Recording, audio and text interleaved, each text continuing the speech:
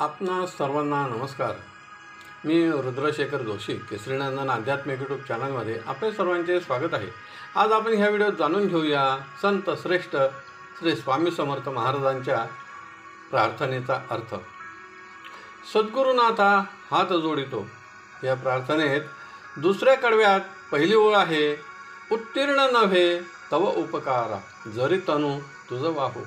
उत्तीर्ण म्हणजे पास होणे, यशस्वी होणे. तनु म्हणजे शरीर, देह. वाहू म्हणजे समर्पित करणे. या ओळीत दास्यभक्ती आहे. भक्त स्वामीरायांना सांगत आहे, हे स्वामीराया, मला तुम्ही मानवी जीवन दिले, त्यातही आतापर्यंत अनेक प्रकारचे सुख प्रदान केले. माझ्या जीवनात प्रगती झाली व होत आहे ती केवळ तुमच्याच कृपेमुळे.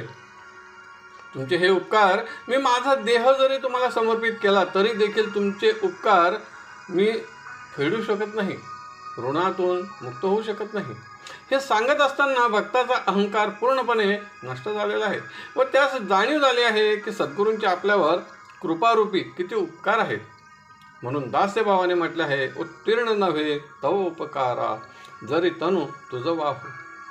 प्रत्येक व्यक्तीवर 5 प्रकारचे ऋण असतात. देवऋण, ऋषीऋण, भूतऋण, मनुष्यऋण, पितृऋण. ऋषीऋणमध्येच साधू, संत, सद्गुरू, ऋषीमुनी सर्व समाविष्ट आहेत. या व्यतिरिक्त देखील काही ठिकाणी समाज ऋण, राष्ट्र ऋण, देश ऋण यांचा देखील उल्लेख आहे. पुढची ओळ आहे, बोधुनी दाविसी इहपर नश्वर मनी उठला बाहू. बोधुनी दाविसी म्हणजे बोध करून द्या, जाणीव करून द्या. इहपर म्हणजे हा संसार भवसागर. नश्वर म्हणजे नष्ट होणारा. मनी उठला बाहू म्हणजे मनात गोंधळ निर्माण झाला आहे. माहिती व बोध यात किंचित अंतर आहे. भगवंताची भक्ती केली म्हणजे भगवंत भक्तावर कृपा करतात, ही सर्वच ग्रंथात दिलेली माहिती आहे. पण ती माहिती वाचून त्यावर कृती करणे व कृपेचा अनुभव घेणे म्हणजेच बोध घेणे होय. भक्तच सद्गुरूंना प्रार्थना करीत सांगत आहे, हे स्वामीराया, मी तर एक सामान्य सांसारिक भक्त आहे. संसारातील प्रत्येक गोष्ट, पदार्थ, वस्तू ही नाश पावणारी आहे, नश्वर आहे, हे मला माहिती आहे. पण तरीही मी त्यातच अडकून पडलोय. तेच प्राप्त करण्यासाठी रात्रंदिवस मेहनत करतोय. अक्षर, अखंड, नित्य, त्रिकाल, सत्य, अविनाशी फक्त ईश्वरच आहे. चैतन्य स्वरूप, आनंद स्वरूप ईश्वरच आहे, हे मी जाणतो, मला माहिती आहे. पण त्यातून बोध काही घेतला जात नाही. म्हणून हेच सत्य तुम्ही मला तुमच्या मार्गदर्शनाने, कृपेने लक्षात आणून द्यावे, म्हणजे मी भक्ती दृढ श्रद्धेने, प्रेमाने करायला लागेल. पुढचे कडवे आहे, कोण कुठील मी कवन कार्य मम जनी कैसा राहू. भक्तच सद्गुरूंना प्रार्थना करीत विचारत आहे. ह्या 3ही प्रश्नांची उत्तरे म्हणजेच मीची ओळख करून घेणे होय. याचे संक्षिप्त उत्तर म्हणजे प्रत्येक व्यक्तीला व्यक्तिगत व सर्वसामान्य ओळख असते किंवा त्यास समष्टी व व्यष्टी ओळख असेही म्हणतात.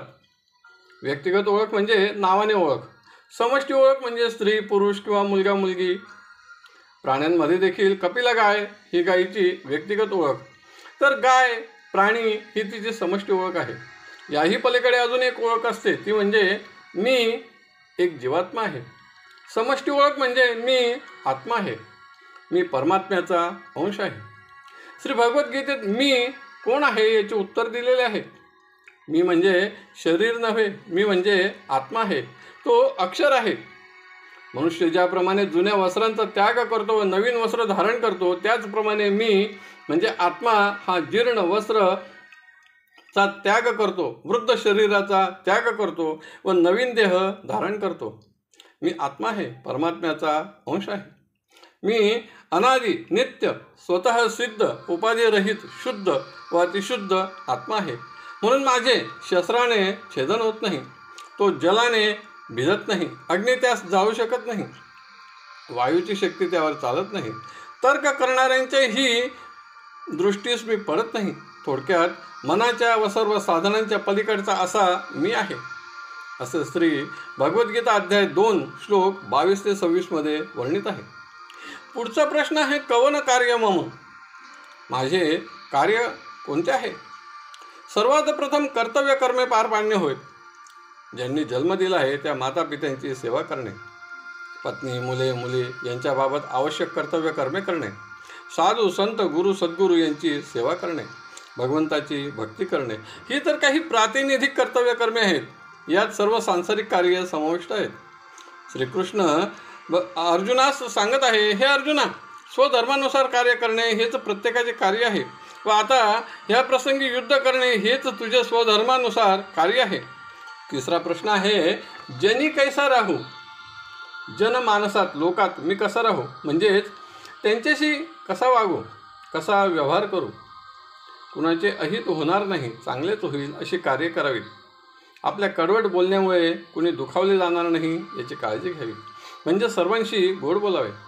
थोडक्यात तीनही प्रश्नांची उत्तरे: कोण, कुठील मी आत्मा आहे, परमात्म्याचा अंश आहे. कवन कार्य मम, ह्या जीवनात कर्तव्य कर्मे करीत भगवंताची भक्ती करीत भगवंतासच प्राप्त करणे हे श्रेष्ठ कार्य आहे. जनी कैसा राहू, कुणाचेही अहित न करता गोड बोलून व्यवहार करीत जीवन जगावे. पुढील ओळ आहे, करी मजा ऐसा निर्भय निश्चल सम सकला पाहू. हे स्वामीराया, मला निर्भय करा. प्राप्त परिस्थितीत मी धीर गंभीर निश्चल राहून त्यातून तुमच्याच कृपेने बाहेर निघेल. सर्वांना समान नजरेने पाहू शकेल, म्हणजेच कुणातही भेदभाव करणार नाही असे मला मनाने बलवान करावे. श्री भगवद्गीतेत 16व्या अध्यायाच्या पहिल्या श्लोकात अभय ही पहिली दैवी गुणसंपत्ती आहे व ही गुणसंपत्ती स्वामी आपल्या भक्तांना प्रदान करतात. म्हणूनच स्वामींचे एक श्रेष्ठ वाक्य आहे, भिवू नकोस, मी तुझ्या पाठीशी आहे. प्रार्थनेचा उर्वरित अर्थ जाणून घेऊया भाग 3 मध्ये. हा व्हिडिओ आवडला असेल तर जरूर लाईक करा, शेअर करा आणि व्हिडिओच्या खाली असलेल्या सबस्क्राईब शब्दावर जरूर क्लिक करा. धन्यवाद. नमस्कार. जय केसरी नंदन.